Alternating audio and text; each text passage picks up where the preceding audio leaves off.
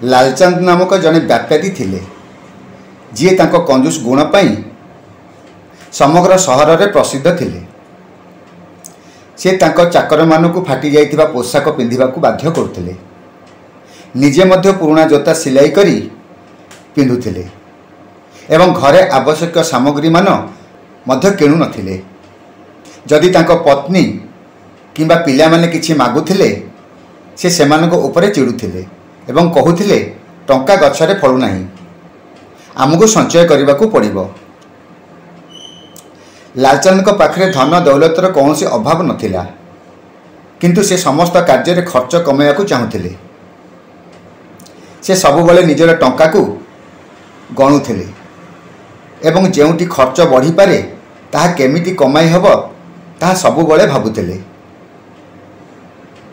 दिने जने साधु तांको घर को आसिले एवं तांको कहिले, सेठ जी आपण बहुत धनी, किंतु आपण केबे भाबिचंती कि यही धन केते दिन जाए टिकिबो?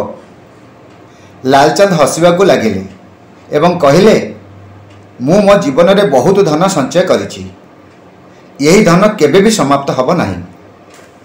साधु जनक हसिले आ उत्तर देले, जदि आपण मते जने अतिथि भावे एक राति रहिया पई दियंती तेबे मु आपण को धनी हेबार एक असली रहस्य कहबी। लालचंद भाविले, जदि यह एक परीखिबा योग्य विषय ताहले यह जानिबा खराब कौन, एवं से यह भावी से साधु को घरे रहिया पे अनुमति देले। रातिरे साधु लालचंद को कहिले, काली सकाळे मु आपण को एक चमत्कारी वस्तु देवी जहाँ आपण को धन को बहु गुणारे बढ़ाई देव, किंतु एक शर्त एक नियम अछि, आपण मो कहिथिबा पद्धति अनुसार चलवाक पड़िबो। लालचंद खुशी होई गले। से भाविले, जदि मु आउ धनी होई पारे तेबे एकाधिक जिनिस मानिबारे कौनसी असुविधा नाही। परवर्ती सकाळे साधु लालचंद को एक दीप्तिमान पत्थर देले एवं कहिले, एही पत्थर को आपणकर धन रोथुवा घरे रखंतु, किंतु 2 दिन पर्यंत जदि आपण काहाकू भी टंका विषय कि धन विषय किंबा कौन सी जिनस बिक्री किनिबा विषय भाबंती तेबे एही पत्थर पाउंसरे परिणत होइजिवो।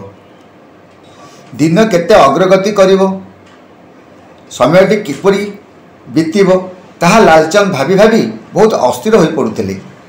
से काहाकू भी टंका विषय कहि पारु नथिले, किछि बिक्री करि पारु नथिले एवं प्रथम थर पई से निज परिवार सहित समय बिताइले। से तांको परिवार को सह समय बिताउथबा बेले किछि जिंस तांको नजर को आसिला। से देखिले जे तांकर चाकर माने केते कष्ट रे अछंती, तांको पिला माने साधारण जिंस पई बहुत आशावादी अछंती।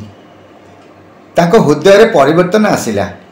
2 दिन परे लालचंद साधु को निकट को गले एवं कहिले, मते ये चमत्कार पथटा दे दियंतु।